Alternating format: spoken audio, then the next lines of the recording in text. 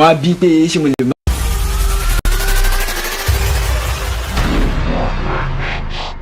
name is Adebayo Olufemi Abdulateef, but most people know me to be Femi Adebayo. Ọwọ́ látọwọ́ mi. Ó dùn, ọ̀rọ̀ náà dùn, ó fẹ́ ké, ọ̀rọ̀ náà dùn. Ìyíwèé mi, ó fẹ́ ké.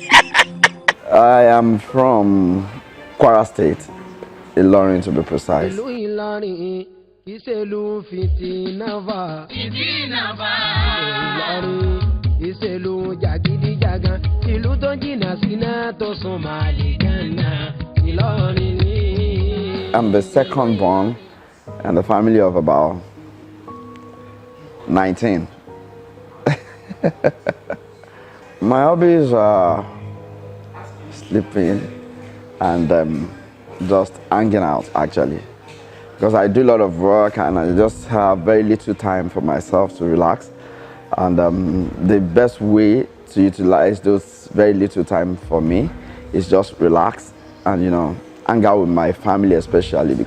I attended Tender Age Nursery and Primary School in Lagos, right, and proceeded to Mount Carmel College, Ilorin, for my secondary education. I spent just a year in Mount Carmel College, and due to health, I moved to CNS College in the same Ilorin. All right, and I eventually finished my secondary education in Okeode Grammar School in Ilorin. Okay, so I proceeded to Kwara State Polytechnic for my diploma in law. But before I actually finished my diploma in law, I was fortunate to get admitted into the Faculty of Law in University of Ilorin, where I backed my LLB honors, my Bachelor in Law. All right, so I proceeded to the University of Ibadan for my Masters in Law. After then, I got admitted to the Faculty of Art, Department of Theatre Arts, University of Ibadan for a diploma course, which I did not finish actually. And I also proceeded to back to University of Ilorin for my PhD in law, where I just got admitted and probably still on that. Well, it's not easy, but I'm trying. What type of child am I in school? Well, I think I need to be sincere. I was very, very stubborn, and I'm not the cool type. I wasn't then, and I'm still not the cool type actually, but I am highly principled, and out of that, people actually think, oh, he's stubborn, I always want to ensure that I live by my words, I'm determined, and probably most of the time set goals for myself and ensure I achieve them. But well, like my mother told me, and like I got to know, I most of the time lead a lot of alutas in school. I am never a member of any secret cult, but when you talk about human rights activists, yes, I am one. Then. So I think due to that, I became extremely popular in school. And before I got admitted into University of Ilorin, of course, I've been into acting and, got a little bit of fame. And from there, people get to know me that, oh.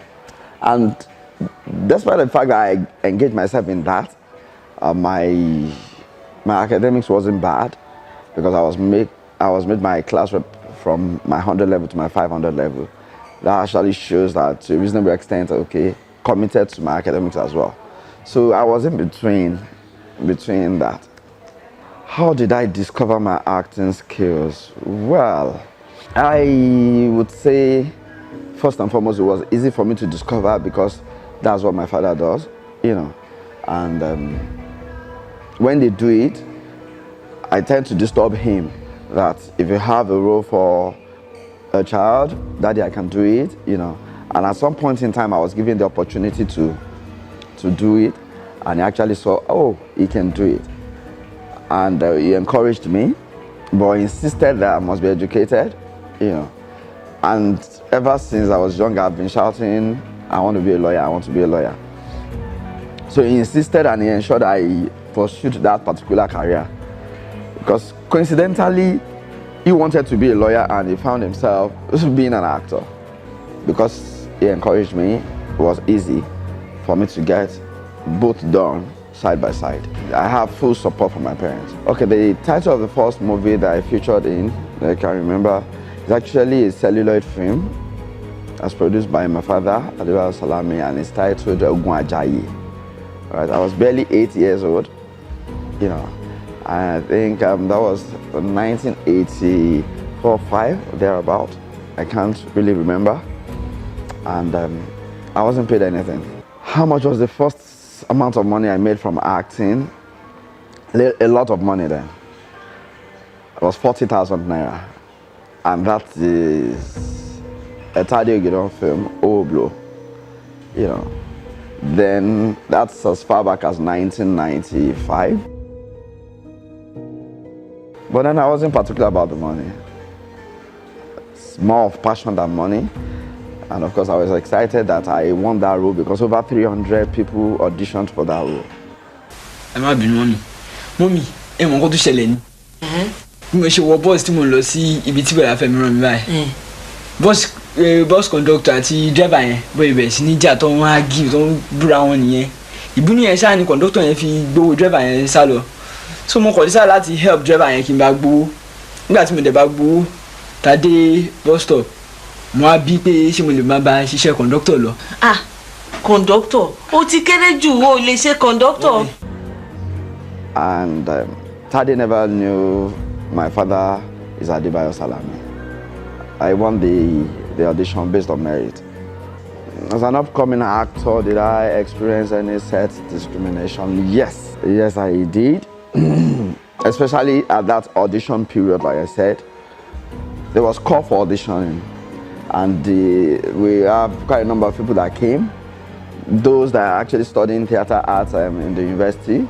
We didn't go to the university to study theater arts, we were just studying it under my father, as in practical one, not too much of theory. You know, so when we got there, it was more like a caucus thing. So our side, we wanted to ensure that the role, you know, is actually for we that did not go to the university.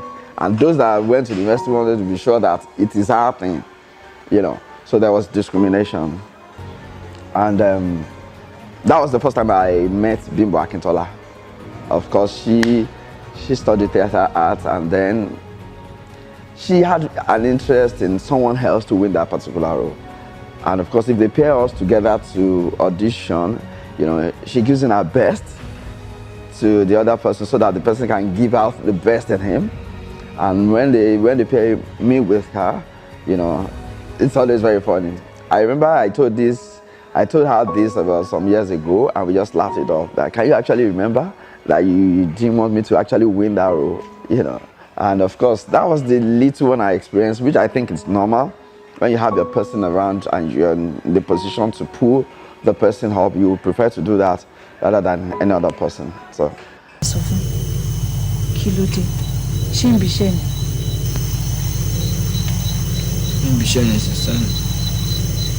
Mo ti lose iṣẹ́ yẹn. Mo dé garage láàárọ̀ yìí. Ojú ò pé kí n lọ bẹ̀rẹ̀ iṣẹ́. Ọ̀gá mi ò tètè dé. Ó pẹ́ kó tó dé. Nígbà tó dé tún máa dé. Wọn ò tún gbé mọ́tò wá. Ọlẹ́ni tó ní mọ́tò ti gba mọ́tò. Just like that, sister mi. The most trying period was when the director would want me to cry and shed tears. Naturally, it's difficult for me, you know. And Uncle Tade Ogidon would, in a bit of wanting you to do that, he's going to cry as well, you know. And I wasn't crying. I was extremely trying.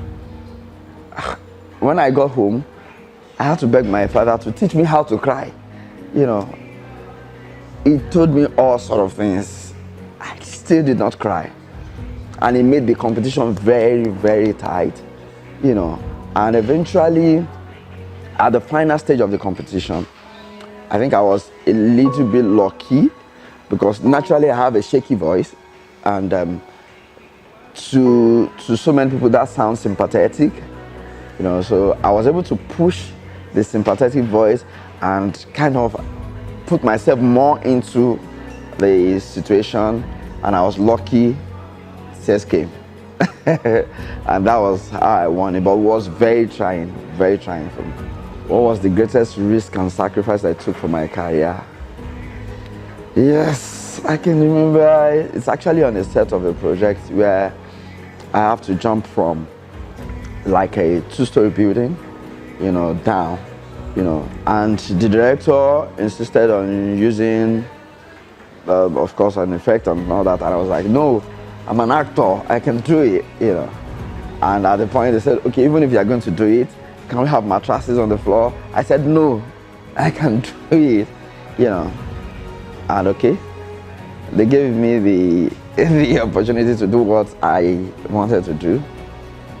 I did, and I got my leg broken, you know.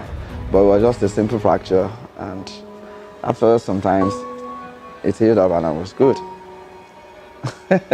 What is that career-changing opportunity that elevated me from being an upcoming to the star, like you, star that I am right now? Well, I would actually say that it is my movie that I actually produced myself, and the fact that I actually get it in my head that now what can I actually contribute to the society, you know, through my own, you know, profession.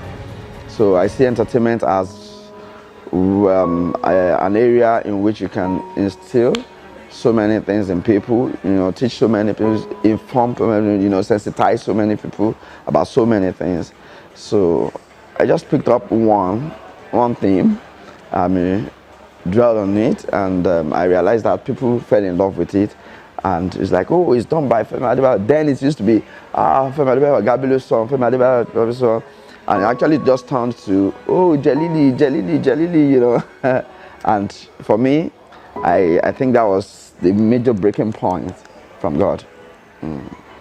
What did I consider my most treasured achievement in my acting career?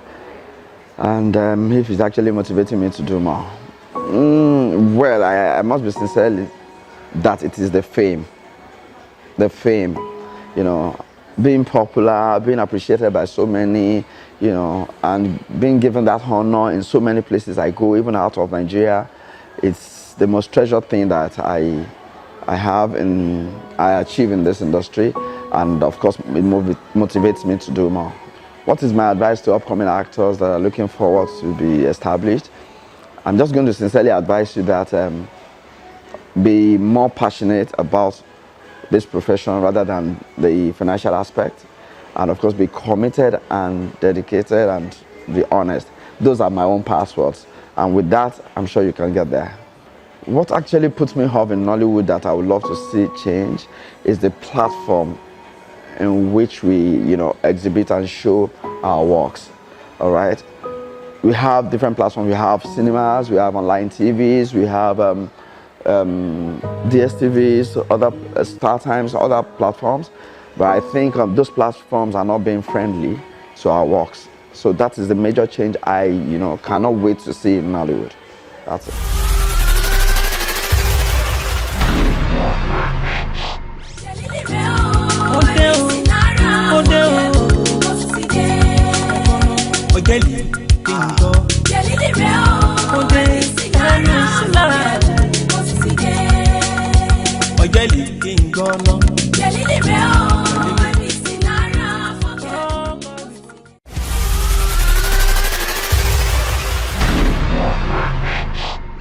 I am a direct descendant of King Kosoko of Lagos. I am the only child of Mustapha Lasisi Kosoko. Ọ̀kan ṣoṣo tí ń ṣe gbó, ọ̀kan ṣoṣo tí ń ṣọ̀dàn, ọ̀kan ṣoṣo àjànàkú tí mínú gbọ́ kìjikìji. I started acting precisely at the age of 10. That is 55 years ago. And I was stubborn. I always lead other children in doing funny things. In fact, some parents do not even want their children to come along with me because they believe I will influence them badly. You know, rafts. So we used to use them as boats. We off all our dresses, put them somewhere, and we were even swimming at the edge of the river. But when we finished and we were about to go, a madman had already carried all our clothes. In fact, we first made an attempt to collect back our clothes from the madman. He pursued us with stick. Ade was able to convince his own parents that we were attacked by a madman. In my own case, I dragged some clothes from the lining, and cover myself up, pretending that the beating they gave me in the morning is affecting me. Before 1964, I used to gather for some of the kids in the compound because we have a very large compound.